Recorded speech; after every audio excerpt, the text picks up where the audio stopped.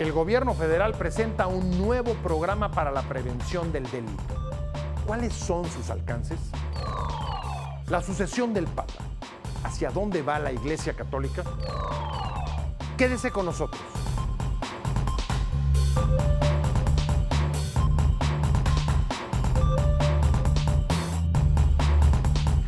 Buenas noches. Usted y los asuntos que le interesan son parte de esta agenda. La estrategia contra el delito es una de las políticas más esperadas del nuevo gobierno, que ha prometido ajustar el programa militar y punitivo de la pasada administración. Poner énfasis en la prevención es algo que faltó al sexenio de Calderón, según el diagnóstico de su sucesor, aunque algo intentó con el programa contra la violencia en Ciudad Juárez. Esta semana, el presidente Peña Nieto presentó el Programa Nacional de Prevención del Delito, que busca atacar la violencia con acciones sociales en las 50 ciudades más cruentas del país y posteriormente recuperar el tejido social en otras 200 urbes afectadas por el delito. El plan descansa en la coordinación con los 3 niveles de gobierno y 9 secretarías de Estado, pero no considera más policías en la calle ni mayor combate directo a los cárteles de la droga. Confía en reducir el delito con proyectos productivos, rescate de espacios públicos o atención de adictos, principalmente jóvenes. Ellos encabezan la lista de muertes violentas en el país. ¿Será la prevención la llave para salir del laberinto de la violencia? Víctor Ornelas aborda este tema en el siguiente reportaje. La estrategia de combate a la delincuencia dio un giro de 180 grados. Esta semana, el presidente Enrique Peña Nieto presentó el Programa Nacional para la Prevención Social de la Violencia y la Delincuencia. Nuestro objetivo es disminuir los factores de riesgo y revertir las condiciones sociales, económicas y culturales que propician la violencia y el delito. El uso legítimo de la fuerza institucional es necesaria para garantizar el Estado de Derecho, pero no significa que lo sea todo. Las bases de este programa serán proteger al sector más vulnerable por el crimen organizado, los jóvenes. Las víctimas de la violencia son jóvenes sin oportunidades, pero también los perpetradores de esta violencia son jóvenes sin oportunidades. Aquí son igual jóvenes sin oportunidades, víctimas y victimarios. Yo confío en que una vez que concluyamos los planes para cada municipio, sabremos exactamente en cada caso cuáles son las condiciones, pero me parece que no tenemos que ir muy lejos para saber que ahí es donde tenemos el problema. Participan los 3 niveles de gobierno y 9 secretarías que trabajarán en objetivos claros para articular políticas y evitar duplicidad de funciones. La Secretaría de Gobernación vigilará la instrumentación del programa, promoverá la participación ciudadana y una cultura social de legalidad y tolerancia. La Secretaría de Desarrollo Social fortalecerá acciones para el combate de la pobreza y la desigualdad.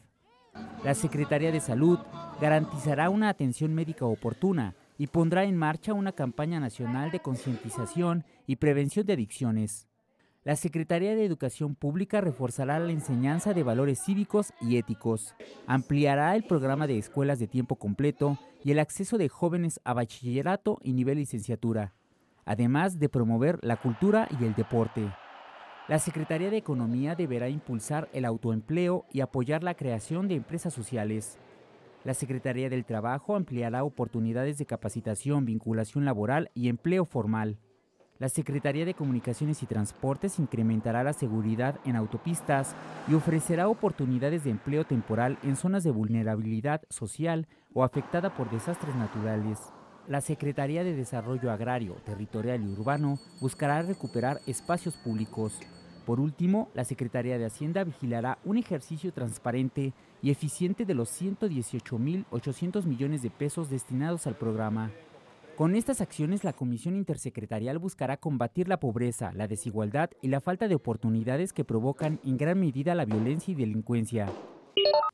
Se trata de la primera política de Estado que pone al ciudadano y a nuestros jóvenes en el centro de la seguridad y el desarrollo social, colocando a la prevención y a la participación ciudadana como pilares para alcanzar el objetivo final de tener un México en paz.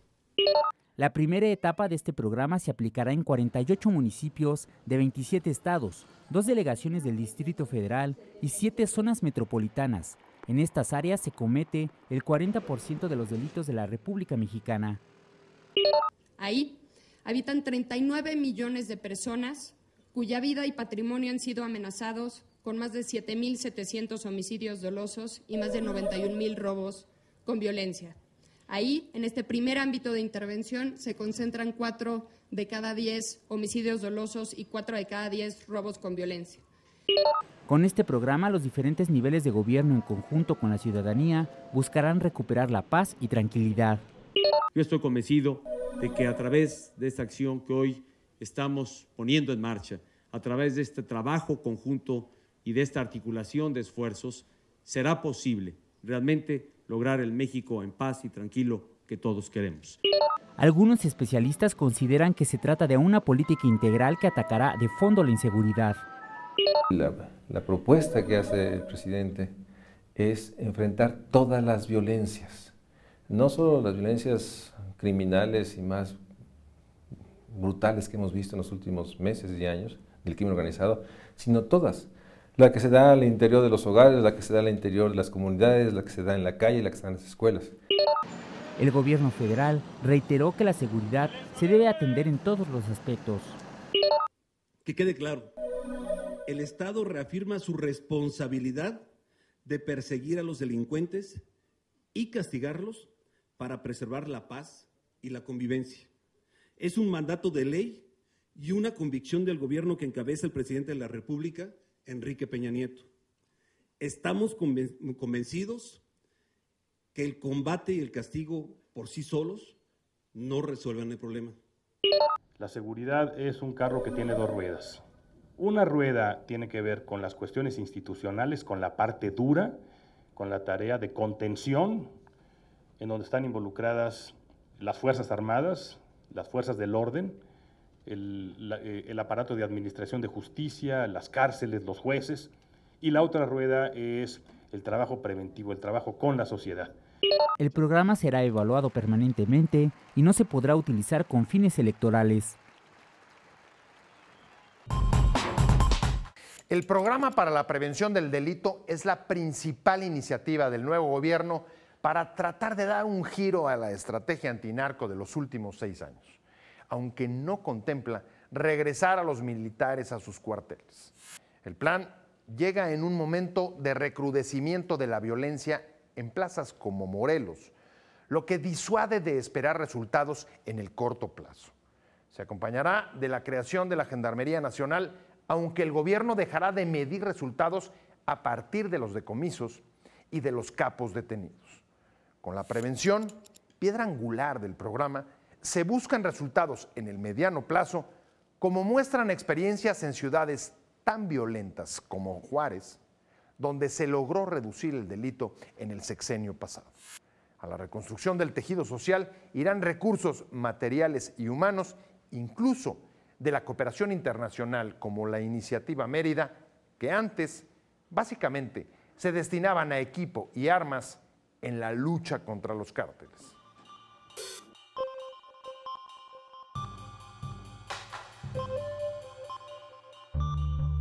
¿Qué oportunidades tiene la prevención después de 6 años de combate directo contra los cárteles? Me parece que tiene toda la oportunidad, partiendo de que la crisis de seguridad que tenemos en el país tiene una parte institucional que está vinculada con esto que tú comentas, con las policías, con los ministerios públicos, con los jueces, con las cárceles, pero también tiene un componente social que está vinculado con factores de riesgo. Si no somos capaces de enfrentar esos factores de riesgo y convertirlos en oportunidades, todo lo que hagamos en la parte dura será insuficiente. También tenemos que tener claro que hay que trabajar en esa parte, porque si solamente nos quedamos con la parte preventiva, estaríamos en un esquema de ingenuidad. Y no se trata de eso, de lo que se trata es de que vivamos más seguro, y para eso hay que trabajar en la parte institucional, pero también tenemos que trabajar con seriedad y priorizando en la parte social. ¿Cuáles son las principales diferencias y similitudes con la estrategia que siguió el gobierno de Calderón? Bueno, reconocer que el carro tiene dos ruedas, que una rueda es la institucional y que la otra rueda es la prevención, que el carro no camina si solamente atendemos a una. Y me parece que hoy la prevención está en el eje de las prioridades y no estuvo así en los años anteriores. Me parece que las similitudes es tener claro que un reclamo fundamental de la población en México es por vivir en paz, por tener condiciones de tranquilidad y de seguridad, y en consecuencia de que este sigue siendo una prioridad, ahora con una visión y con una estrategia distinta. Si la prevención no fue central en la estrategia del gobierno anterior, existieron experiencias como Ciudad Juárez. ¿Qué lecciones o qué experiencias deja? Cuando la crisis de seguridad en Juárez llegó a tal nivel que se acreditó que no era suficiente el trabajo de las policías o del ejército y que había que trabajar con la comunidad, el gobierno se metió. Hoy tenemos una visión distinta, hoy tenemos por primera vez un programa nacional, un programa que contempla estrategias que se van a aplicar en todo el país, combate a las adicciones, un programa preventivo para la violencia en el ambiente escolar, un programa de prevención para la violencia en el entorno familiar, violencia de género en el noviazgo, y un programa de identificación oportuna de problemas de aprendizaje. Y un esquema focalizado en 57 comunidades en todo el país. Entonces, la diferencia es que hoy tenemos un programa nacional y que no es la crisis brutal de una comunidad lo que nos obliga a enfrentarlo de manera aislada. ¿Qué oportunidades o qué papel puede jugar realmente la prevención para reducir la violencia y el delito? Hoy la estrategia se fundamenta en un programa nacional de prevención para enfrentar las causas de los problemas y no solamente los efectos. Reconocer factores de riesgo en la comunidad y enfrentar factores de riesgo con trajes a la medida para cada una de estas comunidades. El gobierno anterior medía los resultados por capos detenidos o decomisos. ¿Cómo van a poder medir los resultados de la prevención? Estamos construyendo estos indicadores, los estamos haciendo. Hemos invitado también a participar en este mecanismo de trabajo a Coneval y al INEGI. Estamos trabajando también con expertos de Naciones Unidas y tendremos para cada comunidad indicadores precisos con tiempos que iremos evaluando con la comunidad y con los medios de comunicación. Han hablado de resultados entre 14 y 18 meses, pero venimos de 6 años de violencia. ¿Es posible esperar casi año y medio para comenzar a ver una disminución del delito y de la violencia? Es que tenemos que ser muy serios en este programa y con base en qué estamos dando estas cifras.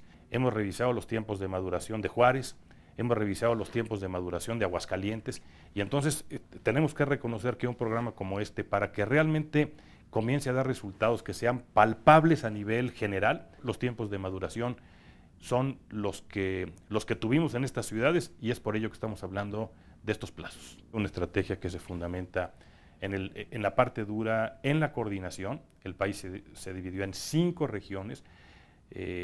Hay esquemas distintos de coordinación que seguramente van a dar buenos resultados, hay que tener un poco de paciencia. Un esquema de intercambio de información para hacer inteligencia, que también es un asunto fundamental para que las cosas salgan bien. Y por el otro lado, poner el énfasis, priorizar la prevención. ¿Este programa logrará convencer a la cooperación internacional, estoy pensando en la iniciativa Mérida, para cambiar prioridades y destinar muchos más recursos a la prevención? De los más o menos 1.900 millones de dólares que se han canalizado a México en Iniciativa Mérida, el capítulo 4, el pilar 4 que se refiere a la prevención, ha ocupado alrededor de 40 millones. O sea, estamos hablando más o menos del 2%. Y hemos planteado claramente que las prioridades del gobierno de la República son otras. Quédese con nosotros. Al regresar, la sucesión del Papa. ¿Hacia dónde va la Iglesia Católica?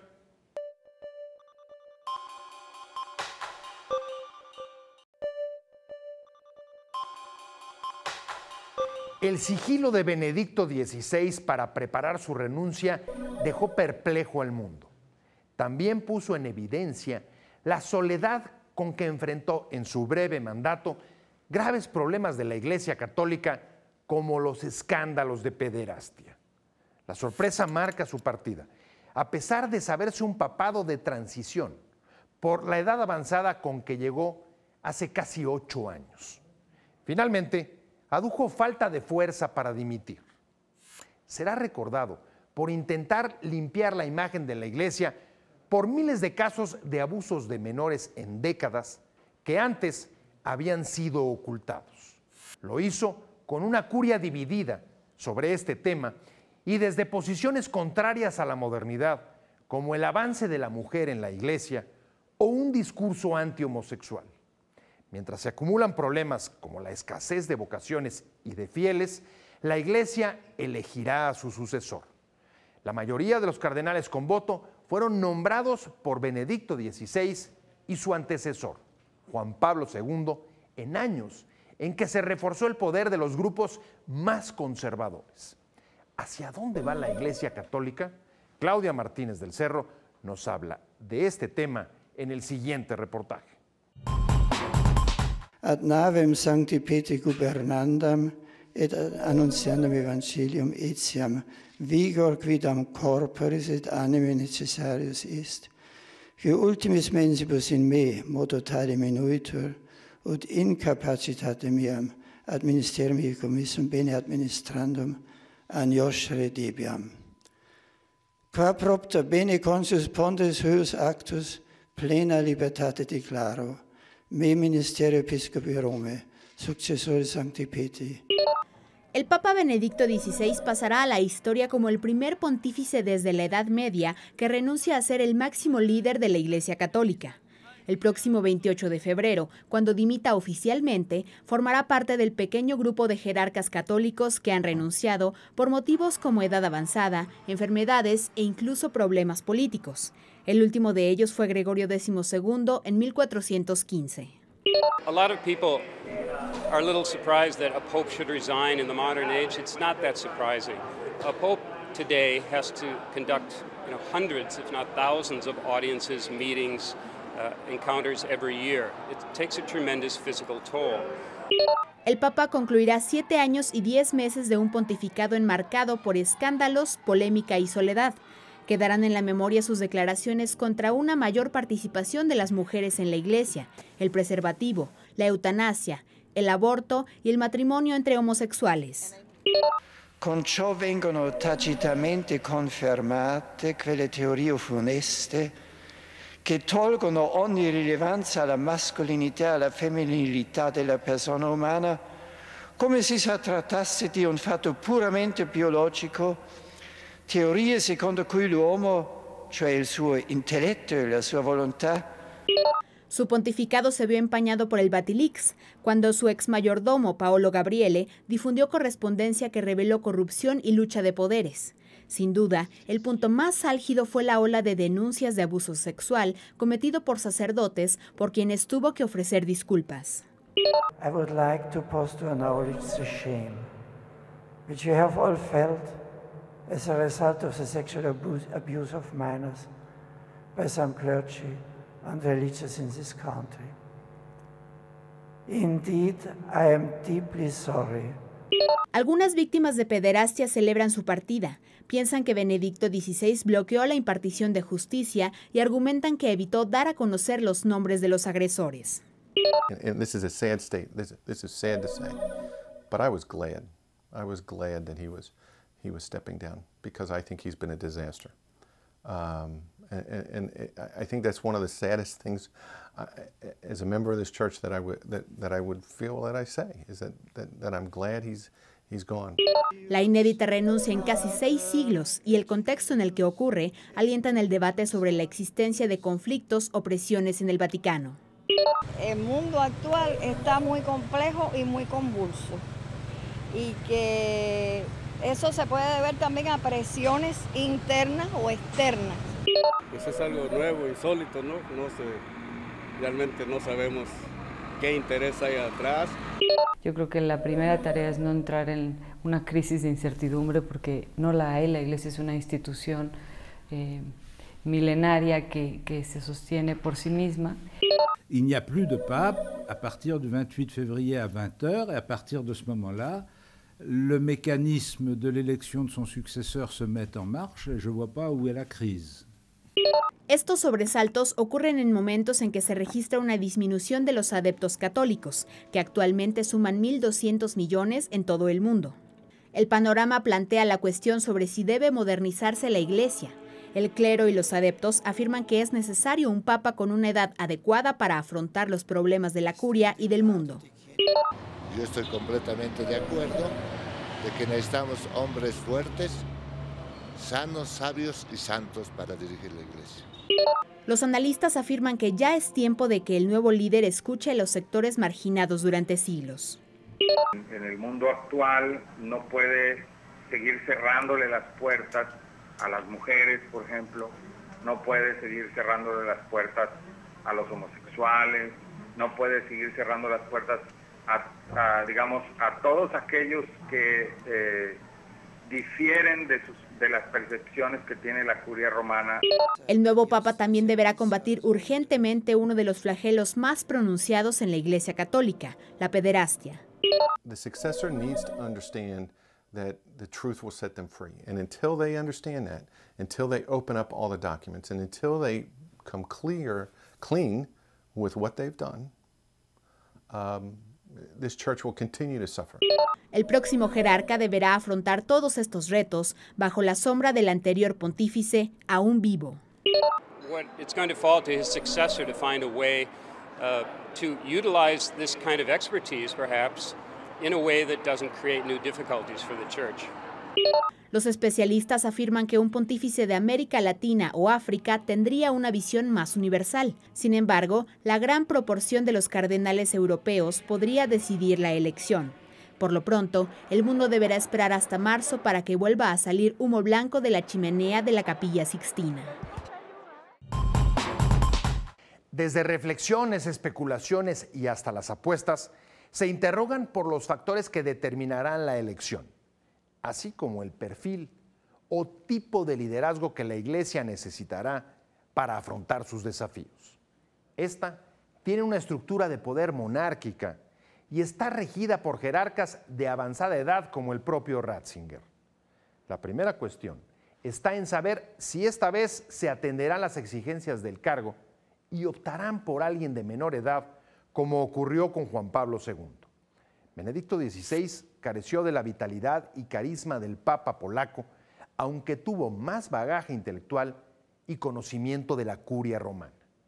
Pero la Iglesia con ninguno experimentó cambios profundos, a pesar de crisis como Batilix o de pederastia. Por eso, para los expertos, la posibilidad de nuevas ideas y energías provienen de las iglesias americanas, como la canadiense, o de Latinoamérica o África, donde están algunos de los candidatos más fuertes. No obstante, los europeos tienen a su favor que casi la totalidad de los cardenales que irán al cónclave fueron nombrados por los últimos dos papas, ambos del viejo continente y cercanos a los grupos más conservadores que controlan la curia romana.